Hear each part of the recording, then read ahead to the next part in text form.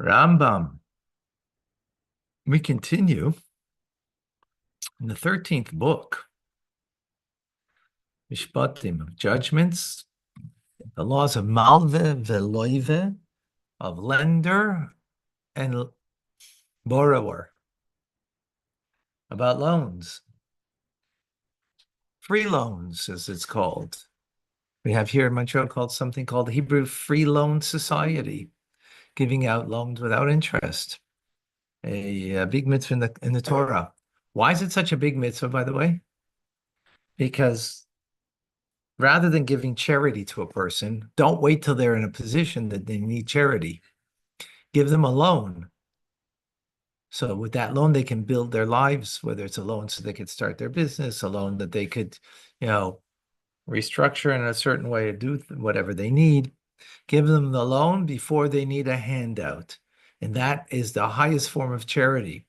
And that form of giving is without interest, as you can't give with interest to a fellow Jew. Okay. So now in chapter 16, we're going to discuss when does the responsibility end of the borrower? Like, when is it considered that you gave it back, the loan, right? So a debt is the responsibility of the borrower until he pays the lender or the lender's agent, right? The shliach. Now, so when is that exactly, right? So we're going to go into like a nitty gritty. If the lender said, throw the money owed to me and become freed of responsibility, right? And the borrower threw it at him and it became lost.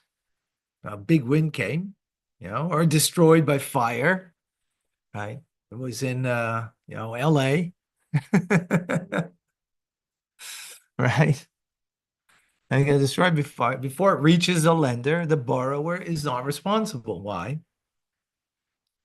Because he told them to throw it, and you're released from any obligation. Just throw it over to me. No. Are we learning Rambam? Yes.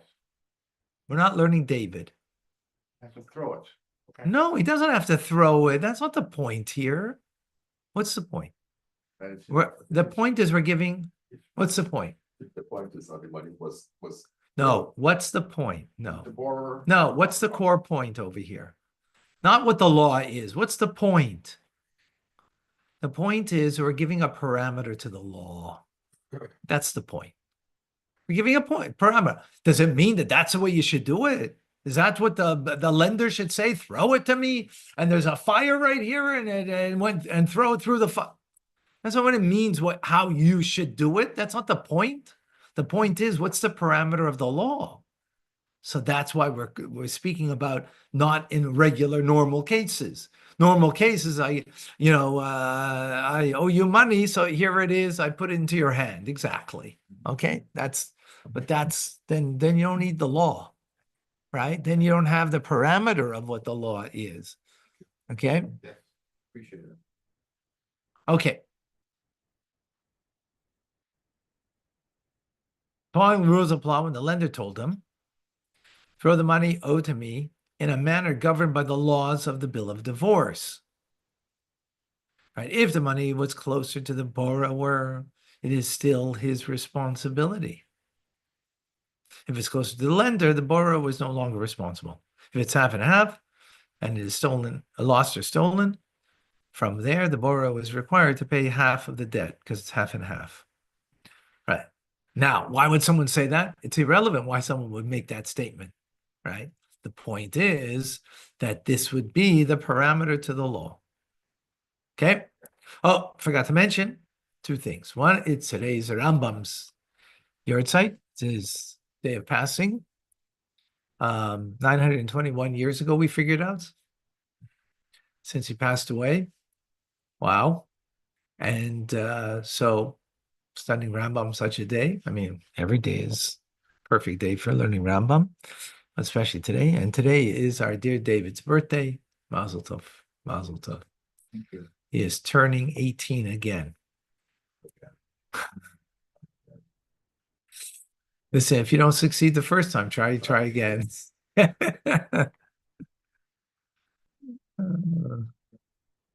it's all relative. Okay. 18 is relative, right? Okay, number 2, halacha 2.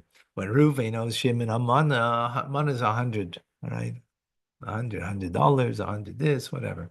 And gives the mana to Levi, a third person, and tells him, give the mana that I owe Shimon to him. Reuven may not retract. So Reuven can't retract. Nevertheless, he's held responsible for the mana until it reaches Shimon.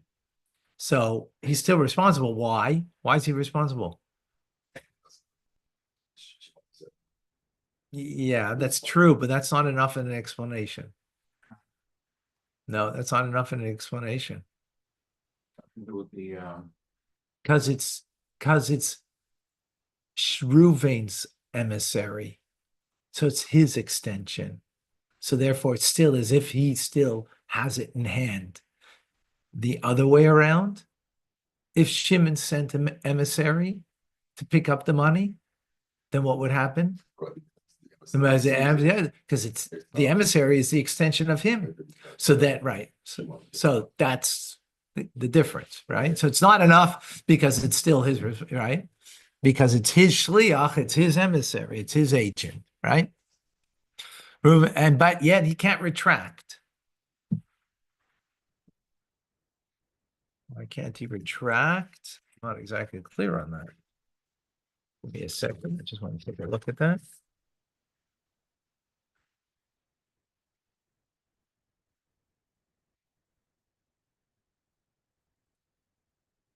oh, But it's his emissary. No, but if I gave you $100, right, to give to Shimon, right? You're my emissary, so why can't I tell you? You know what? I decided no.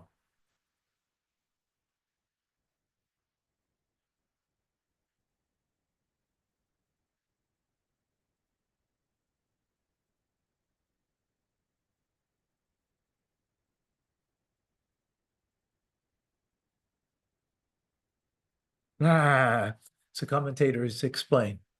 It's only if I told you acquire it on behalf of so and so. But if I didn't say that to you, then it's not acquired by that person. I'm still held responsible because you're my agent. No. I owe $100 to Shimon. right. So I'm telling you, you're my agent, which means I'm still responsible until you bring it, but acquire it on behalf of so and so. Once I say that, then I can't retract. Right? But if I didn't say that, then I could retract, according to commentators. Okay?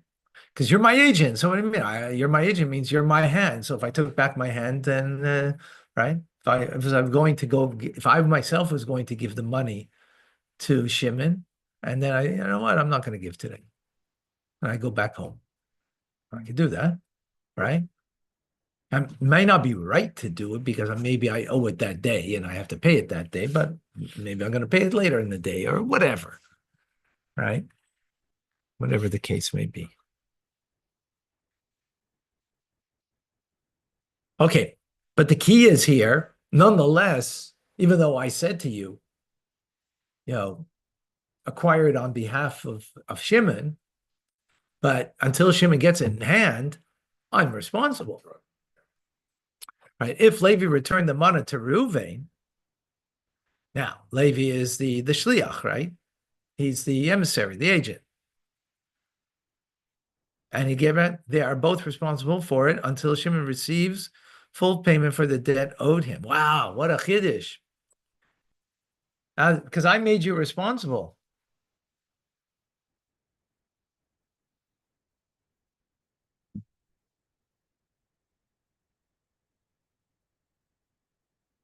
Right? Huh? Give and take.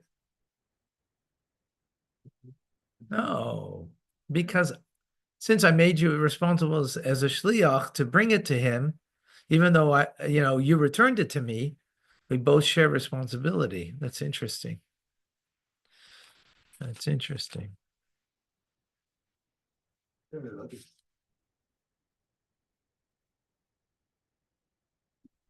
the responsibility to return it to the Yeah. absolve them.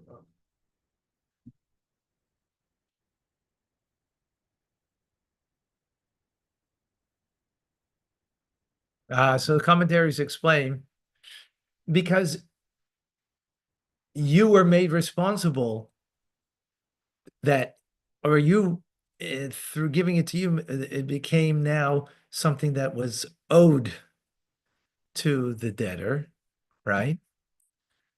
And even though you returned it, you still have a responsibility.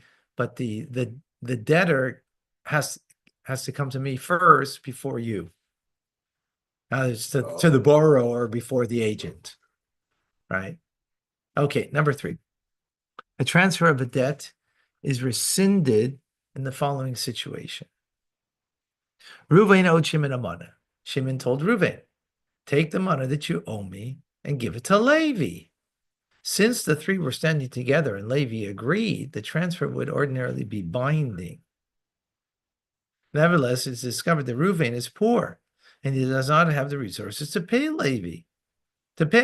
Levi can ask Shimon for payment of a debt, for he deceived him because he was poor and Reuven couldn't pay it, right?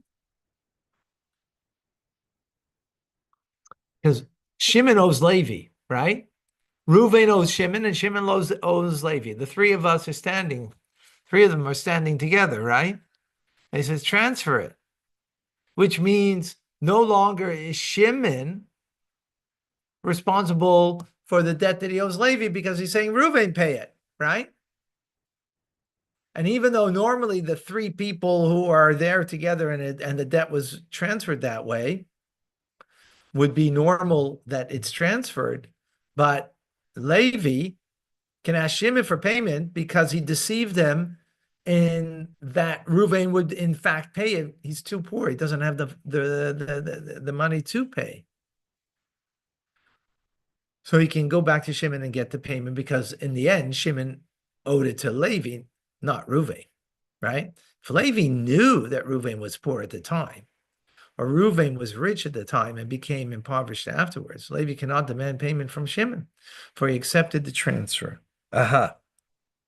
Right? Remember, this is called Maimed Shleishtam. There's 3 people standing together, right? And Reuven owes Shimon, and Shimon owes Levi, and the transference is from Reuven to Levi, skipping Shimon, right? Since he's owed and owes. He's owed and owes. So if he knew that he was poor and he accepted it, he can't now retract. Or if he was rich at the time and he could pay it, and then he became impoverished. So since he accepted it at the time that he could pay, he can't go back on it, right? Because this is an agreement. Got it? Is that clear? Flavi argues that Reuven was poor at the time and Shimon deceived him, and Shimon maintains that he was wealthy and later became impoverished. It appears to me that Shimon must bring proof of his claim. So Shimon needs to bring proof that he was capable of paying at the time. Only then is he freed from responsibility from the debt he owes Levi. This is no different than the instance when he has a receipt in his hand, and we tell him, prove the authenticity of your receipt, and then he'd be freed from responsibility. So Shimon, who was trying to pass it on to Reuven to pay rather than he pay Levi, he has to prove that in fact that Reuven had the capacity to pay when they made that verbal agreement, the 3 of them together. Right? That's a unique law that the 3 parties are standing together and there's no written documentation, but just a verbal agreement. It's called b'mayim shloishtam in the standing of the 3 of them together. Okay, halacha number 4. We already explained the following concept in the laws of business transactions.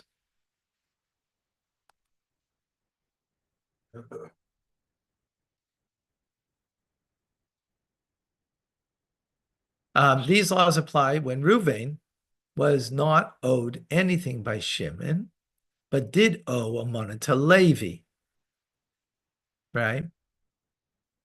So he doesn't owe Shimon anything, but he owes Levi. If he told Levi to collect the debt from Shimon, if he made the same in the presence of the three of them, it is not binding. If Shimon does not desire to pay Levi, he need not. Right? If Shimon doesn't want to pay Levi, right? He doesn't have to.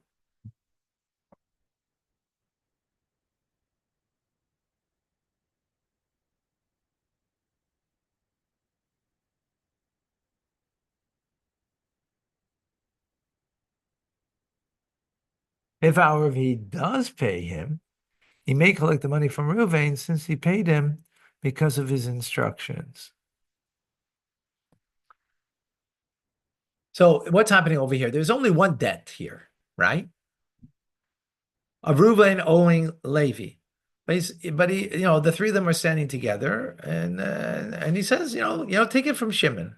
Maybe Shimon has money at the time, he doesn't have money, and Shimon doesn't have to agree to that, of course, because he doesn't owe Reuven. But if he does agree to pay Levi, then he can collect it from Reuven because he did it based on his instructions, right?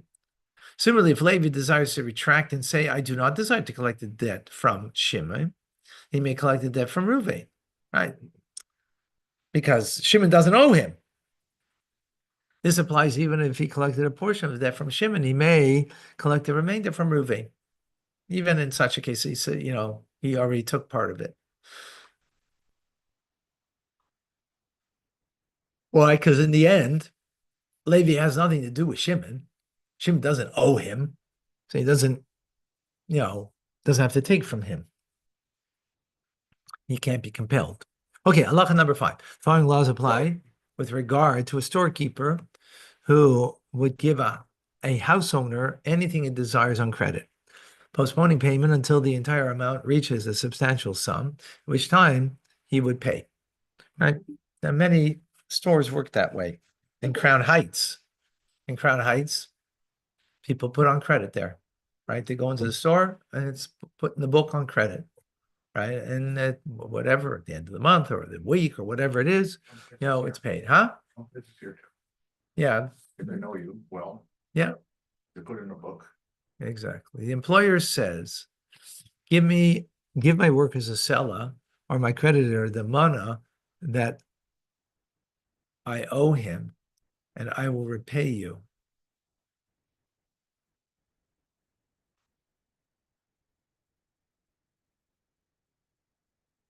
I'm not clear with the employer over here. Hold on.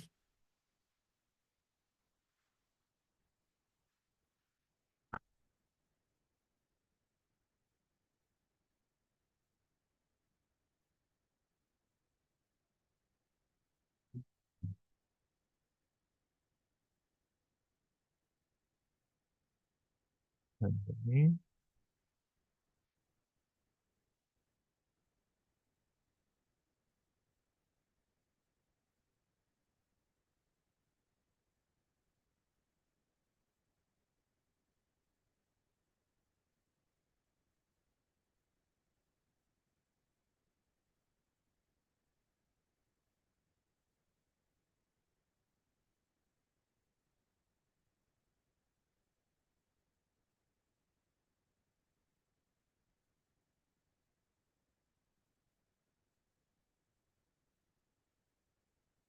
Yeah, okay. I don't know why you call them the employer over here. Okay. Because it's the house owner, right, that's buying from the storekeeper. So he's telling now, give my workers a seller or my creditor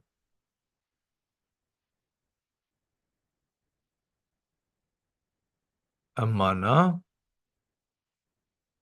that I owe him,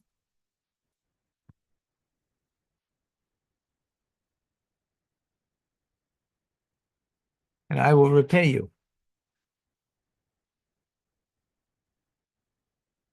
Right, so he's saying that to the storekeeper, right? Afterwards, the storekeeper said, I gave the money you instructed me to give. And the worker or the creditor says, I did not receive it. The worker or the creditor must take an oath. He may then collect the debt owed him from the employer, right? Because not from the storekeeper. Similarly, the storekeeper may take an oath and collect what he claims from the employer, for he told him to pay that money. Ah, interesting. So here, want to follow this?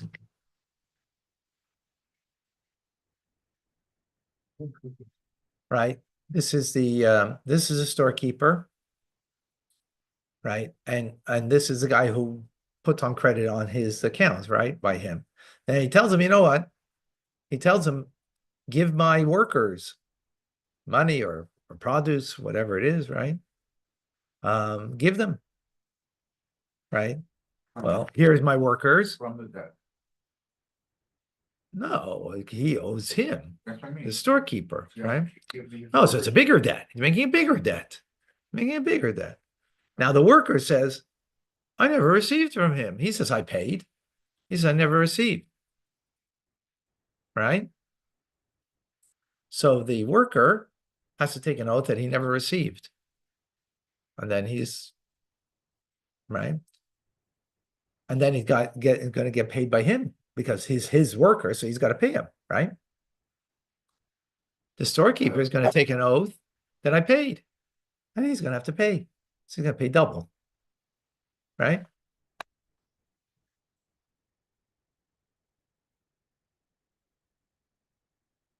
Okay.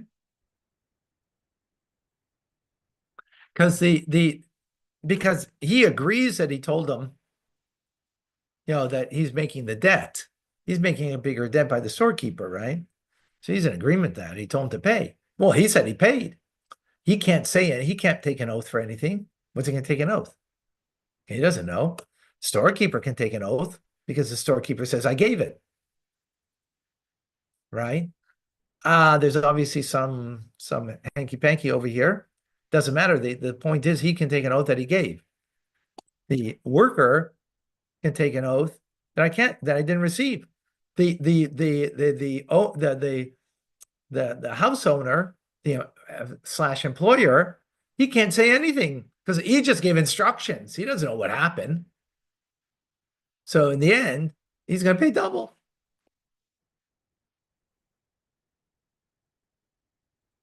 Because he's responsible to the employer and he's responsible to the storekeeper because he told them to pay or give goods or whatever the case is, right?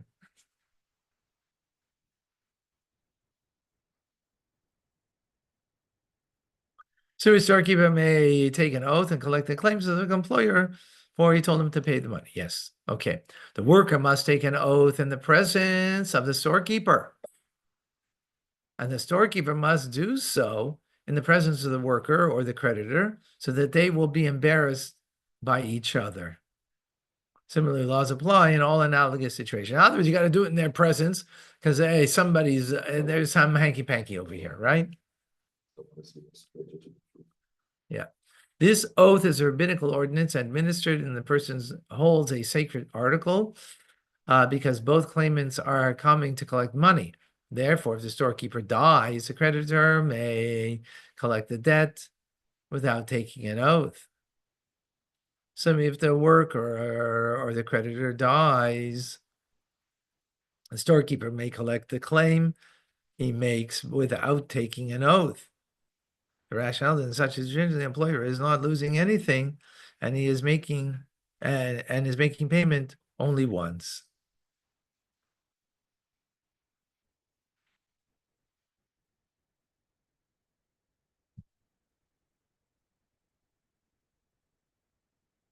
Why only once?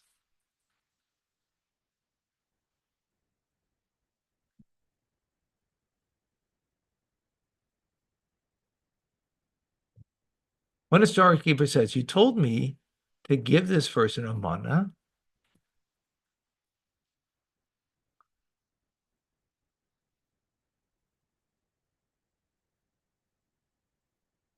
You told me to give this person a mana, or you commanded me and told me if so-and-so comes, give him. And the employer claims, I did not tell you. Now he's saying, I didn't tell you. The employer must take a shuasses, a rabbinic oath, to support his claim. He is then freed of responsibility. The storekeeper, right? The storekeeper should lodge a suit against the person he claims to have paid. Why is that? Because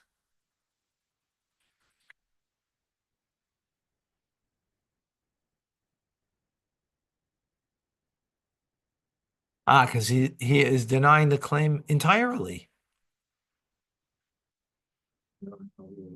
right? I never told you to give him anything.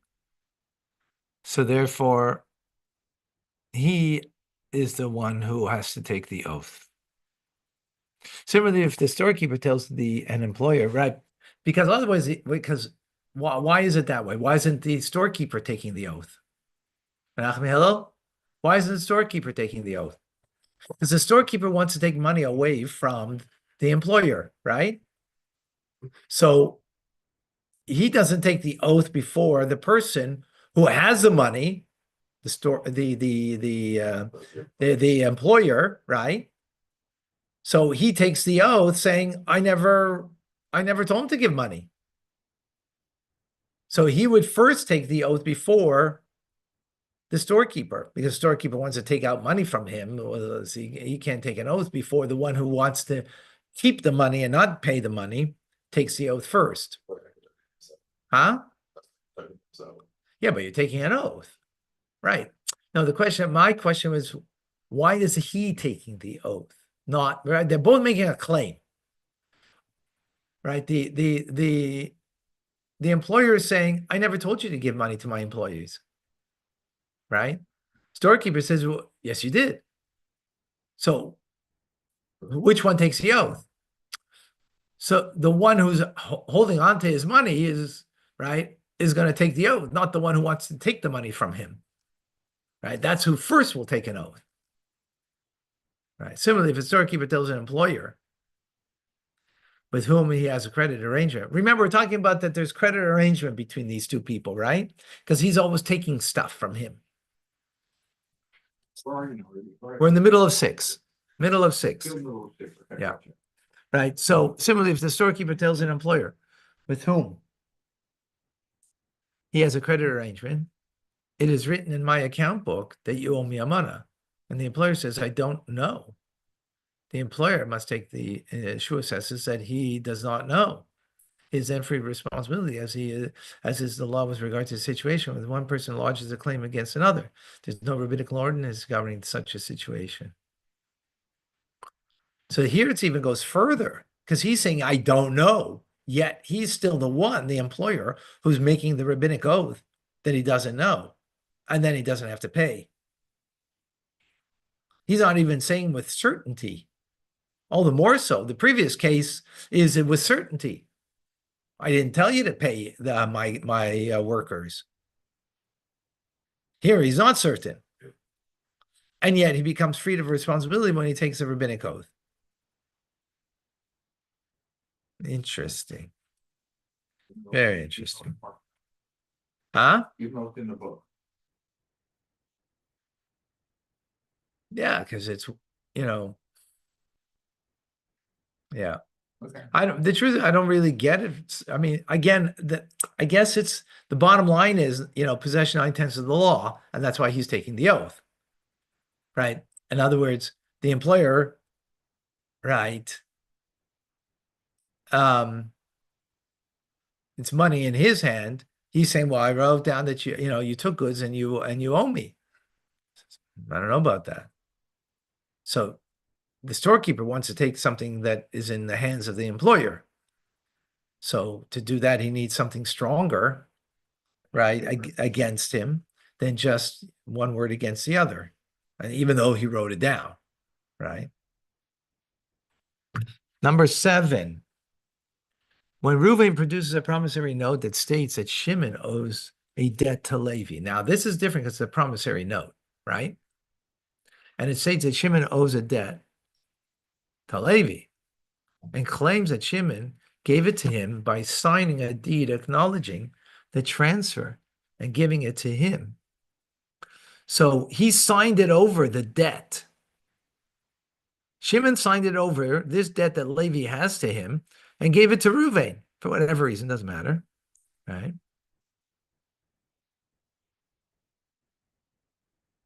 And acknowledging the transfer that was given to him.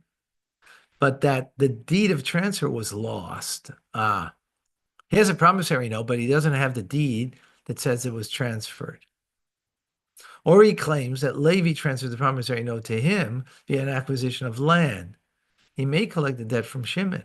The rationale is that Reuven is in possession of a promissory note. The very fact that he's in possession of a promissory note, he should also have that a deed acknowledging that it was transferred to him, aside from the promissory note, because the promissory note says that Shimon owes Levi a debt, not to Reuven, right?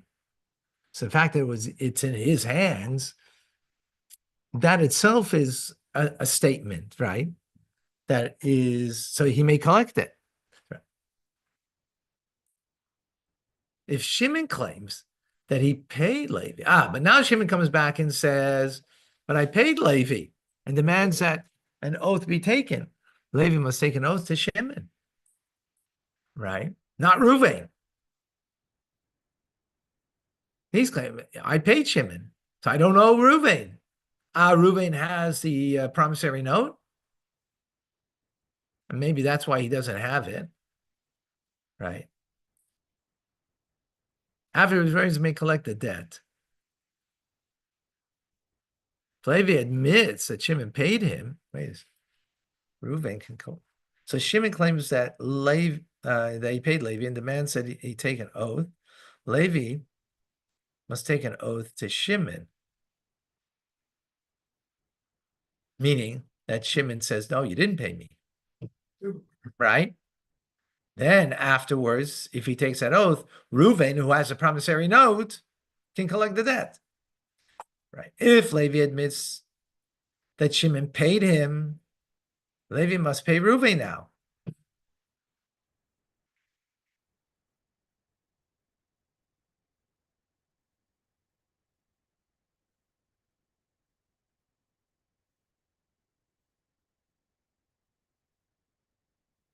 He paid Levi. Hold on.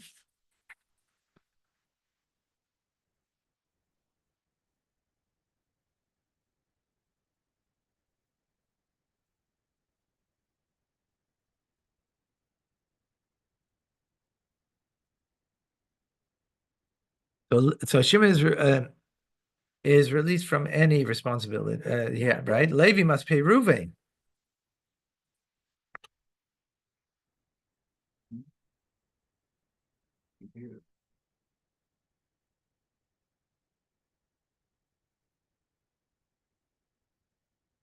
Because I don't know why exactly, but we figured that that he paid after Reuven got the promissory note. Right? Reuven may collect the debt. And so if Levi claims that Shimon paid, Levi must pay Reuven. If Levi claims that he neither sold nor gave the promissory note to Reuven, Levi is regarded as the issue assesses and is free from responsibility. Okay, I'd love to continue, especially on this day. You're outside of the Rambam, but that's it. 920 years, 21 years ago, something like that. 921. A few years ago. All right. Thank you, folks.